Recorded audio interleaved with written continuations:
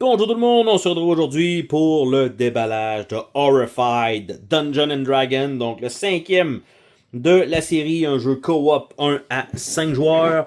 Et on voit un peu le matériel qui va être à l'intérieur, donc on va avoir une carte sur laquelle on va pouvoir déplacer nos héros, qui vont chacun avoir une habileté et un certain nombre d'actions normalement. Il va avoir, là, de ce qu'on voit, 4 monstres qui vont potentiellement s'activer. Et il doit avoir un niveau de difficulté comme quoi on commence avec 2 monstres, c'est le niveau facile, 3 monstres, c'est moyen, 4 monstres, c'est difficile. Et chacun des monstres a sa façon d'être battu. Et on a, bon, évidemment, il inclut un des 20, donc ça va être une petite twist supplémentaire qu'on n'a pas d'habitude. Et on a un paquet de jetons qui permettent d'être utilisés donc sur différents boss ou aussi pour se protéger. Donc on va voir un peu qu'est-ce qu'on a dans cette boîte-là. Ça doit pas mal se ressembler. D'habitude, ils mettent 5 ennemis. Là, dans celui-ci, il n'y en a que 4. Je sais pas si ça va vraiment changer quelque chose. On a le plateau ici. Donc un genre de dévoreur comme ça. Et il est emballé, donc le plateau.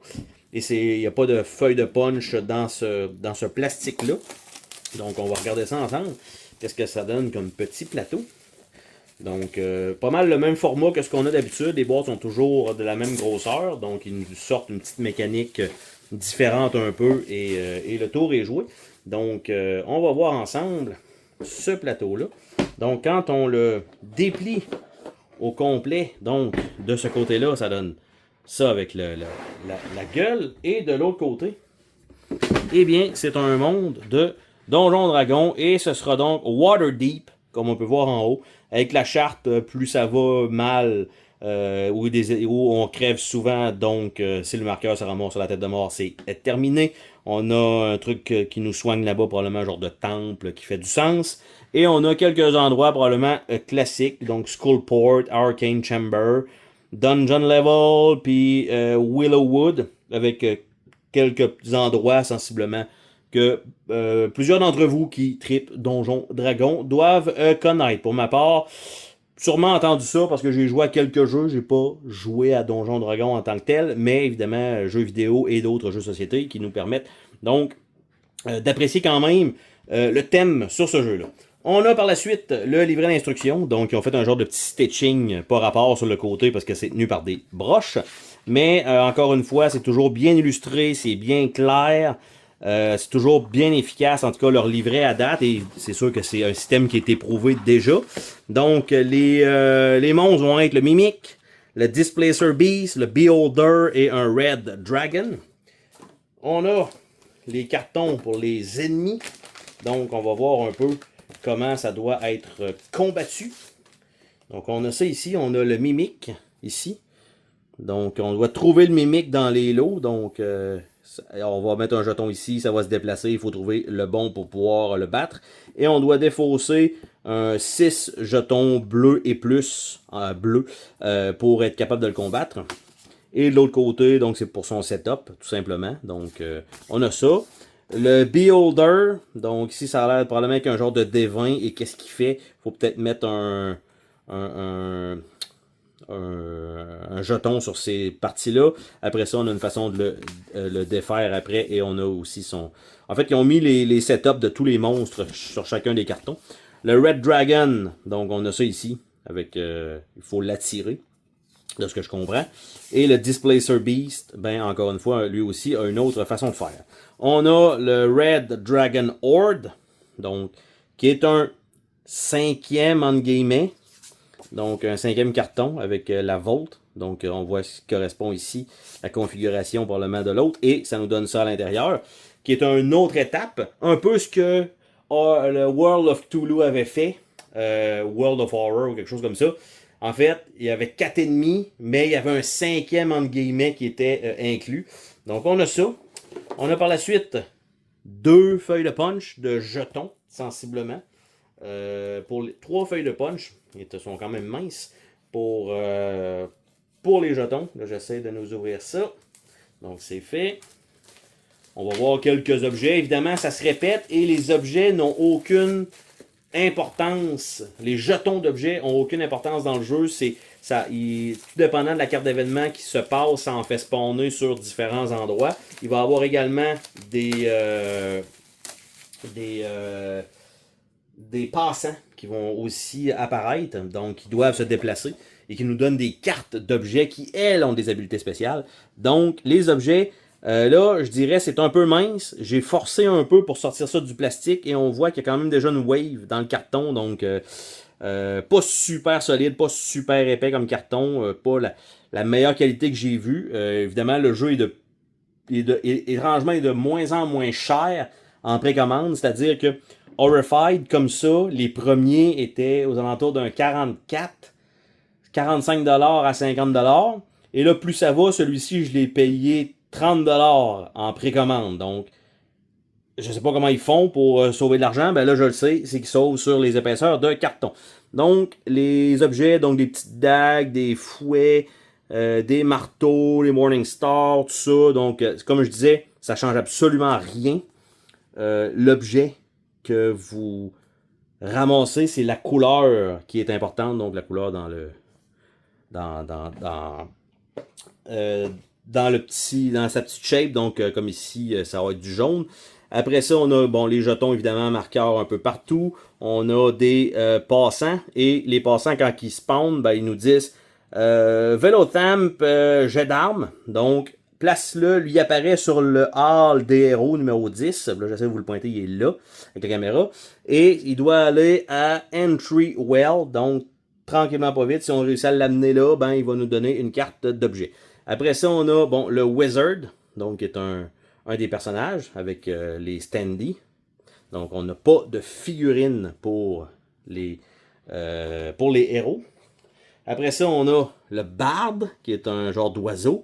On a le Guerrier, qui est un genre de dragon. On a le Cléric, qui est là. Après ça, on a The Rogue. Donc, pour l'instant, je dirais, des 5 personnages inclus, aucun me donne envie. Mais ça, c'est un choix. Et ça, ben, en fait, c'est une opinion. Mais aucun des 5 me donne envie. Donc ça, ça part mal. On a une série de petites cartes avec ce format-là. Et on a les cartes classiques, des cartes d'aide et des cartes d'objets. On a des figurines ici. Donc, on a le Beholder qui est sur un genre de petit tray. On a la bébête pas trop détaillée avec le Beastmaster. Et on a le Mimic en dessous. Donc, correct. On a un D20 qui est là un petit peu translucide, quand même joli. On a un paquet de base, bien sûr, pour mettre les héros dessus. On a le dragon qui, lui, est à part avec un aile qui est en train de défoncer ça, qui n'est pas très détaillé non plus. On voit là où ils ont sauvé. On a des dés qu'on va devoir utiliser quand eux nous attaquent. Et on a également un petit sac, toujours cheapette, comme ça, pour mettre les jetons à l'intérieur, pour pouvoir piger. Mais écoute, ça fonctionne. Tout ce qu'ils font, c'est qu'ils impriment un autre logo. Ils s'en impriment. Donc, ça, il n'y a pas de problème. Et rien de spécial en dessous du tray, malheureusement. J'aurais peut-être pu avoir le personnage spécial, qui était un 6e plateau, mais non. Pas dans même si j'ai fait une précommande, ce n'est pas inclus, malheureusement. Donc, oui, il y a cette possibilité-là. Et donc, les cartes, quant à elles, donc, ont pas de finité, donc pas trop surpris, évidemment, pour le prix. On a, bon, des cartes d'aide pour les joueurs, donc des deux côtés, c'est parfait. Ça va rentrer en plus dans le tray. Et le reste, ce sont des cartes comme ceci. Et ce sont des cartes, en fait, d'activation, celle-ci. Donc, on voit ici, il y a un jeton à piger. Et ça nous dit, évidemment, l'emplacement sur le jeton où on doit le placer. Il y a un effet qui se passe et ça nous dit le livre, tous les symboles comme ça, en fait, le Frenzy s'active pas. Ceux-là qui ont le symbole livre sur les monstres s'activent, bougent de 1 et vont attaquer de 2. Donc, c'est tout comme ça le système en fait, des ennemis qui bougent. Donc, les illustrations sont correctes. C'est pas wow. C'est ça. C'est correct. Je pense qu'on a déjà vu mieux dans cet univers-là, malheureusement, mais c'est correct. Après ça, l'autre petit paquet de cartes, quant à lui, est-ce qu'il y a une petite... je cherche la petite patente pour être capable de l'ouvrir sur le côté. Et oui, oui, je l'ai finalement. Donc ça se peut que ce soit donc les cartes d'objets, de ce que je dirais, ou les cartes c'est toute la même chose. Donc le genre de D20 dessus. Donc, on a Durnan, Mordenkainen, Leral Silverhand, Mistra, The Blackstaff, Jarl Blacks Dritz Dorden, donc ça c'est un classique. Il y en a 4. Hot Steel Toes, Schemo Weird Battle et Renner Never Remember. Never Remember, en tout cas. Fait que ça, et donc ce sont des héros, sensiblement, qui vont vous aider plutôt que d'être des objets, et ils ont chacun un effet. Le choix de cartes est très con, on va dire ça comme ça, parce que dans le tray, vous avez les mêmes trays que toutes les autres boîtes d'Horrified avec 2 puits exactement pareils. D'habitude, on empile toutes les cartes objets tout ça d'un côté, on a quelques figurines avec les stands qui peuvent rentrer de l'autre côté, le plateau embarque super bien par-dessus les autres pièces. Mais là, ce format de carte-là, en plus, évidemment, les sleeves, pour ceux qui aiment sleever, ben, vous vous doutez que ça sera pas le fun, parce que ça va être un petit format que vous allez utiliser probablement une seule et unique fois pour ce jeu-là, pour sleever 20-25 cartes. C'est toujours dommage, je ne comprends pas le... En fait, je comprends qu'ils ont peut-être imprimé ça sur une seule et unique feuille à l'imprimerie, ce qui leur permet de sauver de l'argent plutôt que de les faire un peu plus larges. Donc, au final, s'ils sont capables d'en imprimer plus, pas d'en imprimer plus, mais de ne pas être obligé d'aller sur une autre feuille. Et là, c'est mon opinion là-dessus. C'est pour ça probablement que c'est ce format-là. On essaie de sauver le plus possible parce que, comme je disais, le prix de 27,95 avant taxe, je le trouve quand même très bas pour un jeu Horrified. Et donc, on a pu voir ensemble qu'ils ont coupé un petit peu sur la qualité, le détail des figurines, bien sûr, la qualité du carton qui commence à être de moins en moins là. Le petit sac, c'est la même qualité que ce qu'on avait avant, sensiblement dans les autres. Les cartes, c'est à peu près la même chose, sauf que là, on a un format un peu weird qui n'a pas rapport nécessairement avec tout le reste, mais là, celui-là, ils ont décidé, nous, on va faire ça. Évidemment, toujours pour déranger un petit peu le joueur. Et sur ça, on se dit à la prochaine pour une autre vidéo. Salut tout le monde!